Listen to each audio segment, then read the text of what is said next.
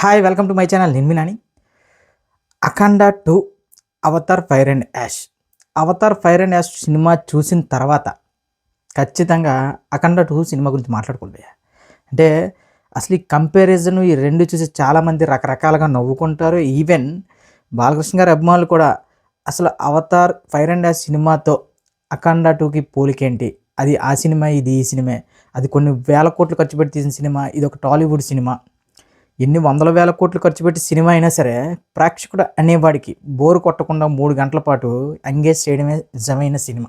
So ఇప్పుడు అఖండ 2 తాండవం, అదేవిధంగా అవతార్, ఈ రెండిట్లో ఇప్పుడు ప్రజెంట్ ఈ వీకెండ్కి ఫస్ట్ చాయిస్ అయితే మాత్రం నాకు తెలిసి అఖండ 2 అనే చెప్తా భయ్య.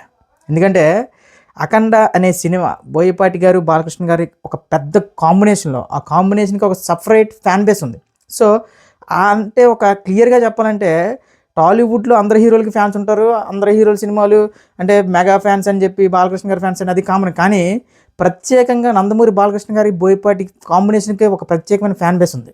సో అలాంటిది ఆ సినిమా అనుకున్న టైంకి రిలీజ్ కాకపోవడం, రిలీజ్ అయిన తర్వాత ఒక మిక్స్డ్ టాక్ రావడం, ఇంకా క్లియర్గా చెప్పాలంటే ఆల్మోస్ట్ ఇది బోయపాటి గారి బాలకృష్ణ గారి కాంబినేషన్కి తగ్గ సినిమా కాదు అని చెప్పి చాలామంది సినీ అభిమానులతో పాటు ప్రేక్షకులు కూడా అభిప్రాయపడ్డారు.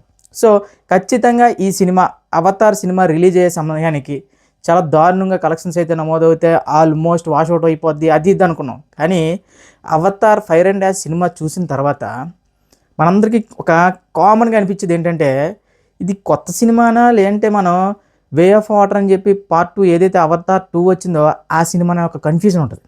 అసలు ఫైర్ అండ్ యాష్ అనేది మనకెక్కడో కూడా అసలు ఆ ఫైర్ కనిపించదు, ఆ యాష్ కనిపించదు, ఏదో ఒక నెగిటివ్ క్యారెక్టర్ని ఇంట్రడ్యూస్ చేసిన ఫీల్ వస్తుంది. ఇప్పుడు ఇలాంటి టైంలో అఖండ 2 తాండవం, అవతార్ ఈ రెండిట్లో బెస్ట్ చాయిస్ అయితే మాత్రం నాకు తెలిసి అఖండ 2 తాండవేనన్న. ఎందుకంటే బాలకృష్ణ గారి కొన్ని సీన్స్ అయితే చాలా మంచి సీన్స్ ఉంటాయి. అంటే అవతార్లో కూడా చాలా అద్భుతమైన సీన్స్ ఉన్నాయి. అసలు ఆ 2 పార్ట్లు చూడనోడికైతే ఈ సినిమా ఒక విజువల్ వండర్గా, ఒక స్పెక్టాక్యులర్గా ఏంట్రా ఇలా అనిపిస్తుంది. కానీ అవతార్ పార్ట్ 1, అవతార్ 2 రెండు చూసిన వారికి మాత్రం అవతార్ 3 అనేది మాత్రం అంటే ఒక కిక్ అయితే ఇవ్వలే, అంటే వావ్ అనిపించేలా ఏం లే. ఇంకా క్లియర్గా చెప్పాలంటే 3Dలో చూశాను. ఎక్స్ ఒక ప్రతి సీన్ ఒక పెయింటింగ్ లాగే అనిపించింది. ఎస్ అవన్నీ నిజమే, కానీ మనం ఇవన్నీ కూడా పార్ట్ 1, పార్ట్ 2లోనే చూసాం కదా, దానికి మించి ఏముంది సినిమాలో అనేది మాత్రం ఎవడు చెప్పలేడు కూడా. ఇక అఖండ 2 తాండవం అనే సినిమా అసలు బోయపాటి గారు బాలకృష్ణ గారు కాంబినేషన్ మీద ఇందాక చెప్పుకునే విధంగా ఒక మెంటల్ మాస్ సీన్స్ ఉంటాయి అనుకున్నారు. కానీ అవేవీ లేకుండా పూర్తిగా సనాతన ధర్మం పైన, హిందుత్వం గొప్పతనాన్ని చాటే విధంగా ఒక సినిమాని తీయడం అనేది అంటే ఫ్యాన్స్కి అది డైజెస్ట్ చేసుకోలేపారు. అంటే అఖండ 2 తాండవం సినిమా మీద ఎవరెవరో ఇష్టానుసారంగా మాట్లాడారు. ఏంటి బాలకృష్ణ గారు ఏమైనా సూపర్ హీరోనా, బాలకృష్ణ గారు ఏంటి అంతమందిని కొట్టేస్తున్నారు. నేను ముందు నుంచి ఒకటే చెప్తున్నా, అక్కడ బాలకృష్ణ గారు కాదు, అక్కడ ఒక అఘోర క్యారెక్టర్లో చూడండి. ఆ అఘోర క్యారెక్టర్ అనేది మన బోయపాటి శ్రీని గారు ఒక ఫస్ట్ సీన్లోనే మనకు ఒక ఇంట్రడక్షన్ ఇచ్చి వదిలేశారు. ఆయన ఒక యాగం చేస్తున్నారు, ఆ యాగం చేస్తే ఆయన ఇంకా దైవంతో సమానంగా కొన్ని శక్తులు అయితే అతనికి వస్తేనే ఒక హింట్ అయితే ఇచ్చారు. ఆయన యాగంలోనే ఉండిపోతారు, ఆ దీక్ష చేస్తూనే ఉండిపోతారు. సో దాని నుంచి బయటకు వచ్చిన తర్వాత ఆయన చేసే ఫైట్లు కానీ అవి కానీ అంటే బాలకృష్ణ గారు కానీ లేదంటే ఒక కమర్షియల్ సినిమాలో ఒక హీరో కానీ ఫైట్ చేస్తే ఈజీగా 100 మందిని కొడతారు భయ్య. అలాంటిది ఒక అఘోర క్యారెక్టర్, తర్వాత ఒక తపస్సు చేసి తనకంటూ కొన్ని శక్తులు పొందిన వ్యక్తి చేస్తే ఎలాంటి ఫైట్స్ వస్తాయి, అలాంటి ఫైట్స్ వస్తాయి. కానీ విఎఫ్ఎక్స్ పరంగా అత్యంత ఘోరమైన విఎఫ్ఎక్స్ ఉండడం వల్లే అఖండ 2 తాండవంకి అంత నెగిటివిటీ వచ్చింది. ఇప్పుడు విజువల్స్ విఎఫ్ఎక్స్ చాలా బాగున్నాయి అవతార్ 3లో. ఇంక యంత్రానికి కూడా మన ఏది సరిపోదు, మన సినిమా నాలెడ్జ్ కూడా సరిపోదు అవతార్ 3 లాంటి సినిమాని తప్పు పట్టడానికి. కానీ నాకెందుకో అయితే సీట్లో కూర్చున్నంతసేపు సెకండ్ హాఫ్లో వార్ సీన్స్ అవేవో ఓకేలా అనిపించింది. కానీ ఫస్ట్ హాఫ్ స్టార్టింగ్ అంతా బాగానే ఉంది, అలాగే ఎండింగ్ ఫస్ట్ హాఫ్ ఇంకా చివరికి అలా వచ్చేసరికి ఇంట్రా బాబు ఎలా అనిపిస్తుంది, బేరుగా అనిపించింది. కానీ ఓవరాల్గా నాకు ఈరోజు అయితే మైండ్లో వచ్చింది అదే, అఖండ 2 అవతార్ ఈ 2 సినిమాల్లో అయితే మాత్రం ఫస్ట్ చాయిస్ మాత్రం ఈజీగా అఖండ 2 తాండవంకి ఇవ్వచ్చు. ఇప్పుడు ఇలా నేను చెప్పిన ఈ మాటలకి చాలామంది అంటే సినిమా పెద్దలు, స్క్రీన్ ప్లే గురించి బాగా తెలిసిన వాళ్ళు, ఇంకా క్లియర్గా చెప్పాలంటే టెక్నికల్ నాలెడ్జ్ మాకే ఉందని ఫీల్ అయిన వాళ్ళు, చాలామంది తెలుగు సినిమాల్ని నెగిటివ్ రివ్యూలతో చంపేసేవాళ్ళు, ఇంకా క్లియర్గా చెప్పాలంటే తెలుగు సినిమా ఏంటి ఇంకా ఎక్కడే ఉండిపోయింది, హాలీవుడ్, మలయాళం, తమిళ్ అని చచ్చిపోయే చాలామంది అసలు ఈడవడరా బాబు అఖండ 2కి అవతార్ 2కి ఈ పోలికేంట్రా బాబు, వీడికి ఏమైనా బుర్ర దొబ్బింది అనుకుంటారు. కానీ నేను చెప్పేది ఒకటే,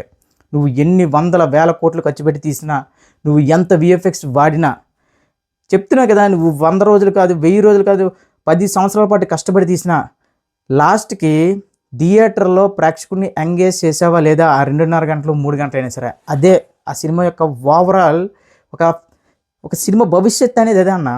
ఏదో 100 కోట్లు ఖర్చు పెట్టేశారు, విజువల్ ఎఫెక్ట్స్ సూపర్గా ఉన్నాయి, చెప్తున్నా కదా. ఒక సినిమా చూసామంటే ఒకటి కనీసం ఫస్ట్ హాఫ్లోనే సెకండ్ హాఫ్లో ఒక 2-3 సీన్స్ అయినా ఒక ఎగ్జైటింగ్ అనిపించే సీన్స్ ఉండాలి.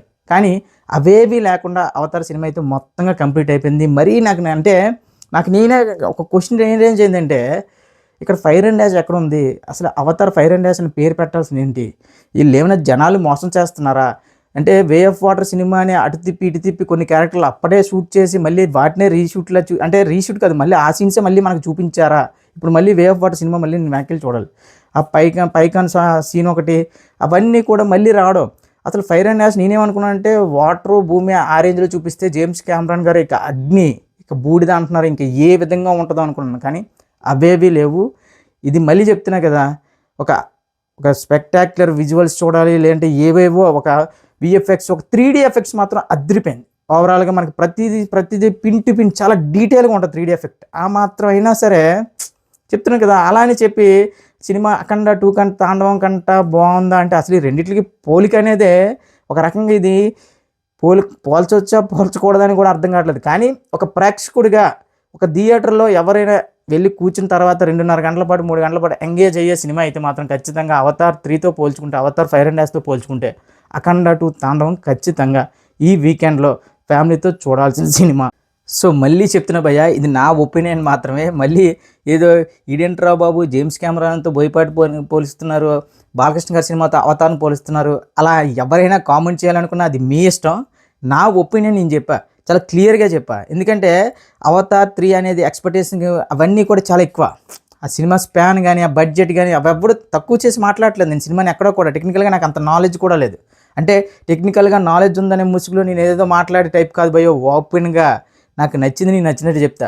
ఇంకా అఖండ 2 తాండవం సినిమాకు ఎవడైతే బుర్రలు వాడారో, ఎదవ లాజిక్లు తీశారో, ఇంకా క్లియర్గా చెప్పాలంటే అసలు సనాతన ధర్మం గురించి సరిగ్గా అర్థం చేసుకోక ఆ లాజిక్ని ఇంకా పట్టిలాగారు తప్ప, అలాంటి వాళ్ళకి ఎవరికి చెప్తున్నా కదా, ఒకటే ప్రతి వాడికి తెలుగు సినిమా అంటే ఒక అలుసు.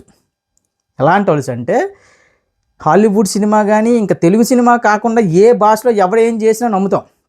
మన తెలుగు హీరో చేశాడంటేనే ఈ ఫ్యాన్డమ్స్ అనే ముసుగులో మన తెలుగు సినిమాని చంపేస్తున్నాం. కానీ మళ్ళీ చెప్తున్నా, ఇది ఓవరాల్గా నాకు ఈ 2 సినిమాలు చూసినప్పుడు వచ్చే ఎక్స్పీరియన్స్తో నేనేం ఫీల్ అయినది మాత్రమే చెప్పాను. సో మీ ఒపీనియన్ అయితే మీది.